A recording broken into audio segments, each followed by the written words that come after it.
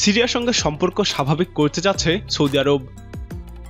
এর ফলে সিরিয়ার দীর্ঘ 1 দশক যুদ্ধের অবসান ঘটতে পারে। কেননা সিরিয়ার সরকার বিরোধীদের সামরিক এবং রাজনৈতিক সাহায্য দিচ্ছে সৌদি আরব। সিরিয়ার সাথে সৌদি আরবের সম্পর্ক ভালো হলে এসব সাহায্য বন্ধ হয়ে যাবে। ফলে এসব বিদ্রোহী গ্রুপ যুদ্ধ চালাতে সক্ষম হবে না। ইরানের সাথে সৌদি আরবের শান্তি আলোচনার খবর প্রকাশে মাত্র 1 সপ্তাহের মধ্যেই সিরিয়া নিয়ে এই নতুন খবর আসলো। মধ্যপ্রাচ্যের রাজনীতিতে বড় ধরনের পরিবর্তন আসার ইঙ্গিত এটি। সৌদি আরবের একটি নিরাপত্তা প্রতিনিধি দল সিরিয়া সফর করে দেশটির প্রেসিডেন্ট বাশার আল আসাদের সঙ্গে সাক্ষাৎ করেছেন। বিভিন্ন সংবাদ মাধ্যম, বিশেষ করে আরবি দৈনিক রাই আল ইয়াওমে এই খবর জানিয়েছে, যাদের মধ্যে সৌদি গোয়েন্দা বিভাগের প্রধান খালিদ আল হামিদানও রয়েছে। মূলত তার নেতৃত্বেই একটি সৌদি প্রতিনিধি দল দামেস্কের প্রেসিডেন্ট বাশার আল আসাদের সঙ্গে সাক্ষাৎ করেছে। প্রেসিডেন্ট আসাদ ছাড়াও তার নিরাপত্তা উপদেষ্টা মেজর জেনারেল আলী মামলুকির সঙ্গেও সৌদি আরবের প্রতিনিধি দলটি সাক্ষাৎ করেছে। এসব সাক্ষাতে দুই পক্ষই সৌদি আরব সিরিয়া সম্পর্কে ভবিষ্যৎ নিয়ে আলোচনা করেছে।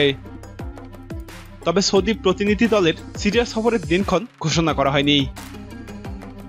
সিরিয়ার সঙ্গে সকল ক্ষেত্রে সম্পর্ক স্বাভাবিক করার প্রাথমিক পদক্ষেপ হিসেবে সৌদি আরব দামেস্কে নিজেদের দূতাবাস আবারও চালু করতে সম্মত হয়েছে। সেই সঙ্গে সিরিয়াকে আরব লীগের সদস্যপদ ফিরিয়ে দিতেও রাজি হয়েছে সৌদি আরব। সৌদি প্রতিনিধি দলটি সিরিয়াকে জানিয়েছে, আলজেরিয়ায় অনুষ্ঠেয় আরব লীগের পরবর্তী বৈঠকে সিরিয়াকে আমন্ত্রণ জানানো হবে। সিরিয়ার প্রেসিডেন্ট বাশার আল আসাদকে উৎখাতের লক্ষ্যে 2011 সাল থেকে দেশটি বিদ্রোহীদের লেলিয়ে দেওয়ার অন্যতম প্রধান উদ্যোক্তা ছিল সৌদি আরব। ওই বছর দেশটিতে বিদেশি মদদে সহিংসতা শুরু হলে দামেস্কের সঙ্গে কূটনৈতিক সম্পর্ক ছিন্ন করে সৌদি আরব। পাশাপাশি আরব লীগ থেকেও সিরিয়াকে বহিষ্কার করতে ভূমিকা রাখে তারা। সিরিয়া যুদ্ধে সৌদি আরবের স্বার্থ বেশ জটিল। মধ্যপ্রাচ্যে কৌশলগত অবস্থান এবং তেল সম্পদের উপর দখল বিস্তারের লক্ষ্যে যুক্তরাষ্ট্র ওই অঞ্চলে তাদের আধিপত্য বজায় রাখতে চায়। সিরিয়া যুদ্ধের আরও একটি কারণ হলো তাদের মিত্র দেশ ইসরায়েলের নিরাপত্তা বিধান করা। আর সৌদি আরব চায় সিরিয়া একটি পুতুল সরকার বসাতে, যার মাধ্যমে ওই অঞ্চলে জ্বালানি শক্তির প্রবাহ নিয়ন্ত্রণ করতে পারবে। সিরিয়ার বিদ্রোহীরা স্বীকার করেছে যে তারা রাসায়নিক অস্ত্রের দুর্ঘটনার জন্য দায়ী ছিল। তাদেরকে সৌদি আরব থেকে সেই রাসায়নিক অস্ত্র সরবরাহ করা হয়েছিল। অসাবধানতার ফলে ওই দুর্ঘটনা ঘটে প্রাণহানি ঘটেছিল। ভয়েস অব রাশিয়াও এ নিয়ে বিস্তারিত প্রতিবেদন প্রকাশ করেছিল।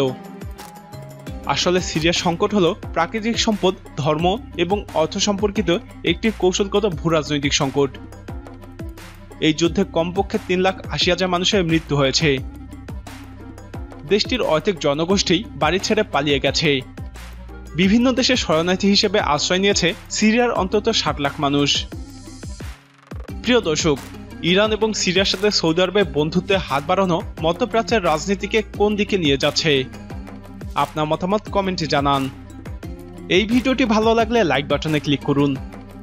এরকম আরও ভিডিও পেতে আমাদের চ্যানেলটি সাবস্ক্রাইব করে আমাদের সাথেই থাকুন।